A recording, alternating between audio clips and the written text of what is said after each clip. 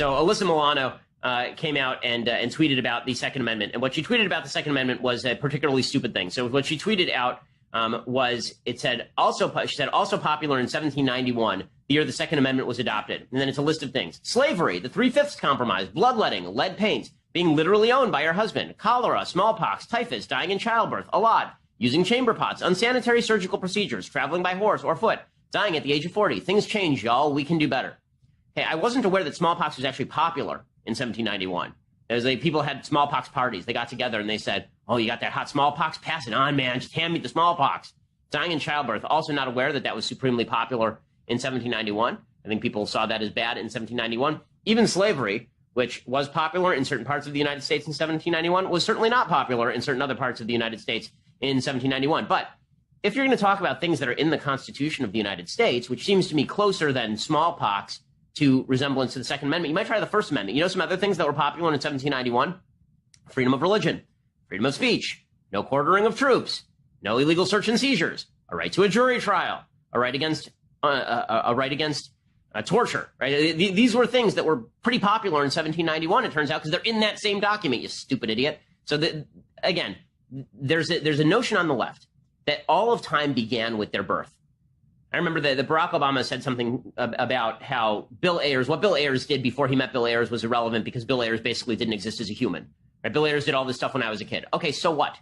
So what? The world didn't start turning when you were born. But folks on the left seem to think that all of the good things in life began just spontaneously when they were born or discovered them, and that they never pre-existed that. The same ideology, the same philosophy that brought you freedom of speech and freedom of religion brought you the right to keep and bear arms. They were part and parcel of the same philosophy. As far as the notion that the 3/5 Compromise was some sort of ideological commitment to the non-peoplehood of black people, that's idiocy. If you look at the actual negotiations over the 3/5 Compromise, which is a bad provision of the Constitution, the reason that it is in the Constitution is because it was there to prevent a worst provision of the Constitution, which would have been counting black people as full people for purposes of voting, but counting them as property for purposes of not being able to actually vote or do anything.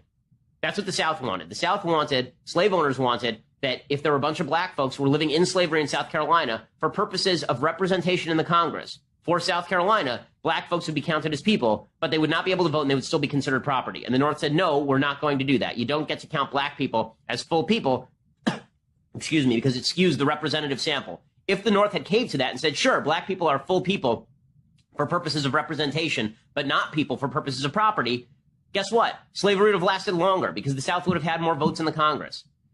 But again, knowledge and historical learning are apparently somehow, there are a lot of folks on the left who are allergic to them. They kill a lot of the narratives they love so much.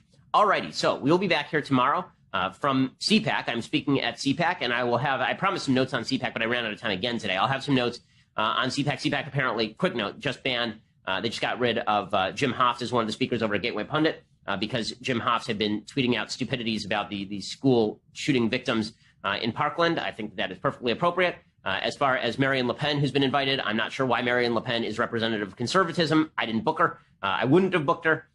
That said, I'm more than happy to speak to the thousands of students who are going to hear about some real conservatism, and that's an opportunity I look forward to having tomorrow at CPAC. So if you're at CPAC in the Washington, D.C. area, show up, and I'll see you there. I'm Ben Shapiro. This is The Ben Shapiro Show.